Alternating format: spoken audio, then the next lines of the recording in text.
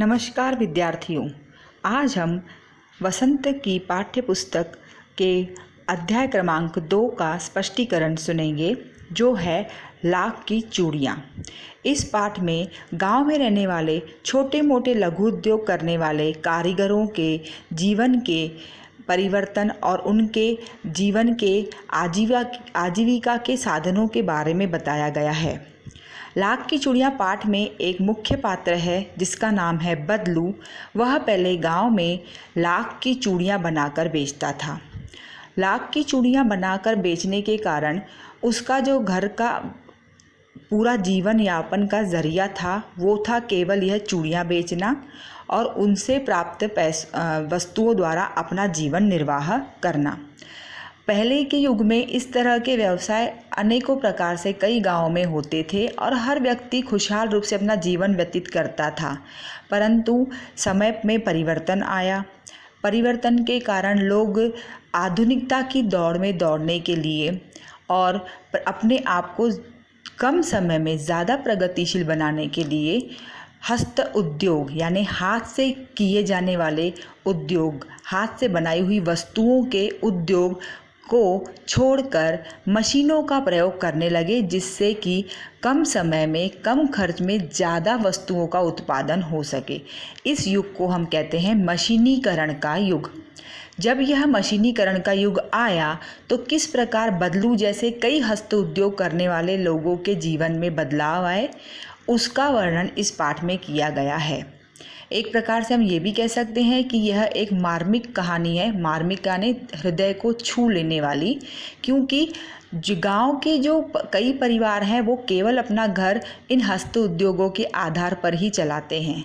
यदि अचानक ये उद्योग ठप पड़ जाएं और हम कहते हैं कि हम स्वयं की प्रगति कर रहे हैं और देश की प्रगति कर रहे हैं, देश को प्रगतिशील बना रहे हैं, परंतु देश को प्रगतिशील बनाने की दौड़ में कहीं ना कहीं हम ऐसे कई हस्त उद्योगों वालों के घरों को, उनके जीवन को, उनके भविष्य को अपने पैरों तले कुचल कर अपनी सफलता को आगे बढ़ा रहे हैं, जिसका कोई अर्थ नहीं।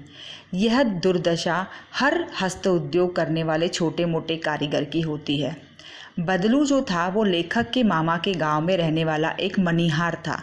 मनिहार यानी चूड़ियाँ बनाने वाला। चूड़ियाँ भी वो किसकी बना रहा था? लाख की। लाख ये एक प्रकार का ऐसा मिट्टी का प्रकार होता है जिसकी चूड़ियाँ बनाई जाती हैं, जो दिखने में बहुत ही सुंदर होती हैं, परंतु इनका प्रयोग जो है वो आजकल हमें कहीं दिखाई नहीं देता। पहले गांव में कांच की चूड़ियों का अस्तित्व ही नहीं था। हर स्त्री लाख की ही चूड़ियाँ पहनती थी और बदलू के गांव में केवल बदलू की ही लाख की चूड़ियाँ इतनी प्रसिद्ध थी कि उस गांव के अलावा आसपास के कई गांवों में उसकी चूड़ियों की बहुत मांग थी। और उस ज़माने में किसी भी वस्तु को लेने के लिए पैसों का प्रयोग नहीं किया जाता था। तब वहाँ पर एक प्रथा थी, वो थी वस्तु विनिमय की प्रथा। वस्तु विनिमय की प्रथा यानी एक वस्तु के बदले दूसरी वस्तु देकर चीज़ों की खरीदारी करना। उदाहरण के तौर पर यदि हम किसी से 1 मीटर कपड़ा ले रहे हैं तो उसके बदले में वह दुकानदार हमसे 1 किलो चावल, 1 किलो दाल या कुछ भी मांग सकता था जो उसको आवश्यक महसूस होता था। परंतु ऐसा भी नहीं होता है कि अगर कोई चीज़ 100-125 रुपए की मूल्यता रखती है और आप उसके बदले में 300-400 रुपए की मूल्यता वाली चीज़ मांगेंगे, ऐसा भी नहीं होता था। परंतु वस्तु के बदले में वस्तु मांगी जाती थी, ना कि पैसा। इसे ही कहते हैं वस्तु विनिमय। तो यह जो बदलू था वह लाख की चूड़ियों के बदले किसी के घर से अनाज, किसी के घर से दाल, किसी के घर से तरकारी सब्जी, किसी के घर से कपड़ा लत्ता, जो उसे समझ में आता था वो लेता था। परंतु शादी ब्याह के घर में, शादी ब्याह के लिए जब चूड़ियों का जोड़ा वो बन रहा था, तब वो मुंह मांग कर बिल्कुल बहुत ही ज़्यादा बढ़ चढ़ कर वस्तुएं मांगता था। और उस समय अगर किसी ने देने के लिए आनाकानी की तो यह बहुत चिढ़ जाता था। आसपास के गांव में उसकी टक्कर की चूड़ियाँ बनाने वाला कोई नहीं था, तो इसका एकाधिकार भी बहुत था, लेकिन इसका उसने कभी दुरुपयोग नहीं किया। वह हमेशा सही हिसाब से, सही भाव से चूड़ियों का दाम लगाता था, चूड़ियों का मूल्य के हिसाब से वस्तुएं लेता था। परंतु शादी ब्याह के समय उसकी दाम मांग थोड़ी बढ़ जाती थी। बदलू जो था वह अपना जीवन इसी प्रकार चलाता था। उसके साथ साथ उसके पास दूसरा कोई खास जरिया नहीं था। उसका घर बहुत छोटा सा एक झोपड़ा था, घर के सामने एक बड़ा सा पीपल का पेड़ था, उसके नीचे वो छोटी सी मचिया बिछाकर, मचिया यानी जैसे खटिया होती है वो बहुत चौड़ी होती है, वो रेक्टेंगल आकार की होती है, आयताकार की होती है, और मचिया जो होती है वो स्क्वायर शेप की छोटी सी होती है। पीढ़ा जो हम कहते हैं, पाटा जैसे आप कहते हैं, या फिर आप गणेश जी विराजमान करते हैं तो जो चौरंग पाठ हम लोग प्रयोग में लाते हैं पूजा पाठ में, कथाओं के समय जिस पर हम भगवान को विराजमान करते हैं, उसी आकार की होती है वो, बस वह लकड़ी की बनी होती है। तो वो मचिया पर बैठकर बाजू में लाख की गोलियों को पिघलाकर चूड़ियों का निर्माण करता था, मुंडोरियों पे चढ़ाता था। इस प्रकार की उसकी विधि रहती थी। अब ये बदलू का परिचय तो हमने कर लिया। जब लेखक छोटे थे तो वो अपने मामा के गांव जाते थे और इस बदलू के घर जाकर सारा सारा दिन बिताते थे। उसे उसके पास बैठकर चूड़ियाँ बनाने की विधियाँ देखना बड़ा भाता था। लेकिन कहीं ना कहीं लेखक का खुद का एक लालच भी रहता था।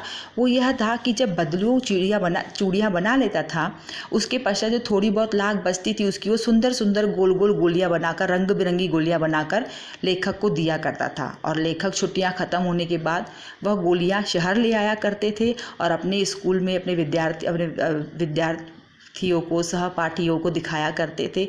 तो वे बड़े खुश होते थे और हैरान होते थे कि इतनी सुंदर चीज़ें लेखक कहाँ से लाते हैं। इसी लालच के कारण लेखक बचपन में बहुत ज़्यादा अपने मामा के गांव हर छुट्टियों में जाया करते थे। जब लेखक बड़े हुए उसके पहले ही लेखक के पिताजी का तबादला हो गया और वो काफ़ी दूर चले गए, तो काफ़ी समय तक लेखक गांव नहीं जा पाए। काफ़ी समय के बाद जब लेखक बचपन से युवावस्था में आ चुके थे, मीन्स जवान हो चुके थे, बड़े हो चुके थे, उस समय वो बहुत सालों बाद गांव आए। तब लेखक के मामा की बहन जो थी, वो छोटी बच्ची जो थी, वो खेल रही थी, उसके हाथ में कांच की चूड़ियाँ पहनी हुई थी। तो अचानक से वो गिर गई, तो वो कांच की चूड़ियाँ टूट कर चुभ कर उसके हाथ में लग गई और खून बहने लगा।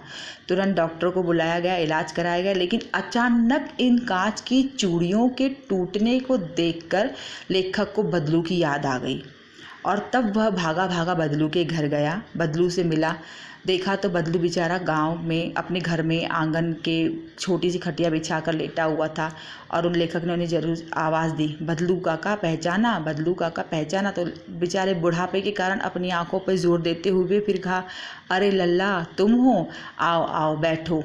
उन्होंने फिर लेखक का बड़ा आदर सत्कार किया, बताया कि तुम तो बहुत बड़े हो गए हो, शहर में रहते हो, अब तुम्हें गांव की चीज़ें पसंद क्यों आएंगी। लेखक ने चारों ओर नज़र घुमाई तो कहीं पर भी लाख की चूड़ियों बनाने वाला जो यंत्र था वो नहीं दिख रहा था, ना वो मचिया दिख रही थी। तो लेखक ने हिचकिचाते हुए पूछा कि काका आप क्या चूड़ियों का काम नहीं करते। तब बेचारे बदलू ने दुखी मन से कहा, कहाँ बेटा, आजकल लोगों को कांच की चूड़ियाँ पसंद आने लग गई हैं। इस मशीनीकरण के कारण चूड़ियाँ सस्ती भी बनती है और ज़्यादा सुंदर भी बनती हैं। हाथ का बनाया हुआ काम ज़्यादा मेहनत लेता है, तो मैंने मेहनताना ज़्यादा लेना शुरू किया तो लोगों ने मेरी चूड़ियों का प्रचलन करना बंद कर दिया, खरीदारी करना बंद कर दिया।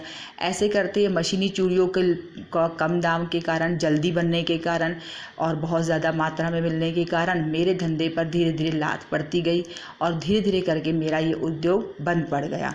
अब पेट का पालन तो करना है, हमें गुजारा तो करना है, तो मैंने अपनी छोटी सी ज़मीन में थोड़ी बहुत खेती बाड़ी कर ली, आम के पेड़ लगा दिए, अब उसी से हमारा गुजारा हो जाता है। तभी बातें करते करते बदलू को याद आता है कि लेखक को आम बड़े पसंद आते थे। वे अपनी बेटी को पुकार कर कहते हैं, अरे ज़रा लेखक के लिए आम तो ले आना। वो डलिया में उनकी बेटी आम ले आती है। जब वो उनके सामने डलिया करती है तब लेखक देखते हैं कि उनकी बेटी के हाथों में बड़ी ही सुंदर लाख के 2 चूड़ियाँ पहनी हुई थी। तब बदलू देख कर बताता है कि यही आखिरी जोड़ा था जो मैंने बनाया था, इसके बाद मैंने लाख की चूड़ियाँ नहीं बनाई। लोगों को मेरे काम की कद्र नहीं, मेरे काम की मेहनताना देने में भी झिझकते हैं, क्योंकि आज इन मशीनों से बनी हुई कांच की चूड़ियों की दर उन्हें कम प्रतीत होती है, तो उन्हें यह बहुत आसान महसूस होता है। तो जब लेखक ने बदलू की दशा देखी, वही बदलू जो पहले के ज़माने में, पहले के युग में बड़े ही ठसन के साथ, बड़े ही ठाठ के साथ शादी बिरादी में या ग्राहकों ने जरा से भी रेट की आनाकानी की या वस्तुओं की आनाकानी की तो वह रहता था, लेना है तो लो वरना जाओ।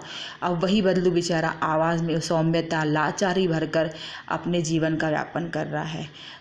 ये सब परिवर्तन हुआ है केवल और केवल मशीनीकरण के कारण। तब लेखक के मन में विचार आता है कि ये तो एक बदलू जिसे मैं जानता था, तो मुझे उसका यह हाल पता चल रहा है। ऐसे तो गांव में कई हस्तोद्योग होते हैं और कई बड़ी बड़ी फैक्ट्रियां आज खुल चुकी हैं। समय इतना तीव्र गति से बदल चुका है तो जाने कितने ही हस्त उद्योग ठप पड़ चुके होंगे।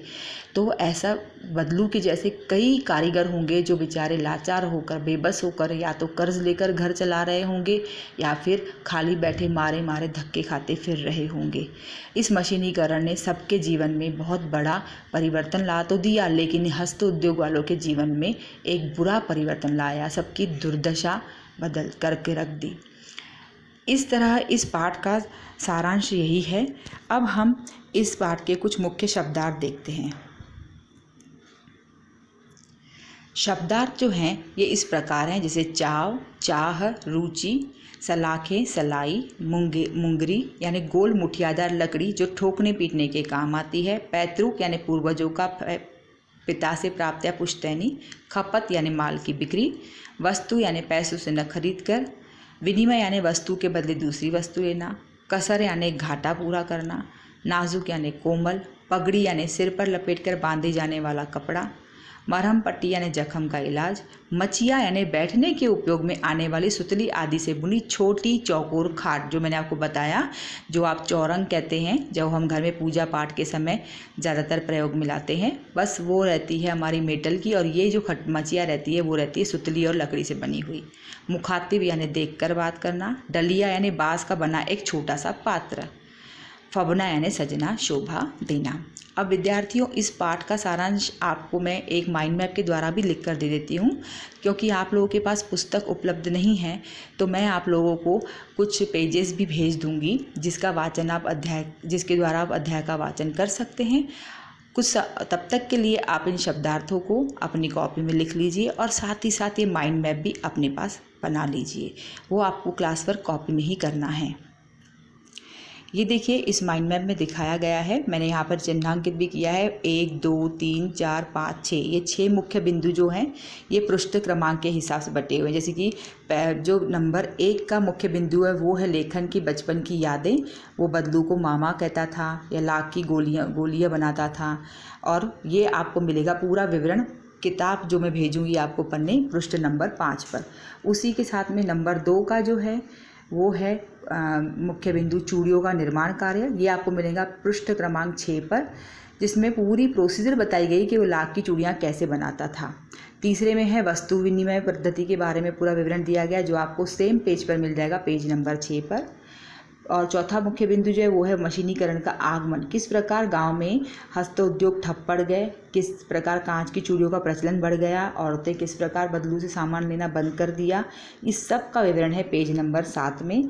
और मशीनीकरण के कारण बदलू की क्या हालत हुई, इसका विवरण भी है पेज नंबर 7 में, जो हमारे सारांश का मुख्य बिंदु है 5। और अंत में मुख्य बिंदु क्रमांक 6, जिसमें हमें बताया गया है कि लेखक को आखिर बदलू की याद कैसे आई, और उस संदर्भ के बारे में चर्चा की गई है, जो लेखक के मामा की बेटी के हाथ में कांच की चूड़ी टूटकर लग जाती है।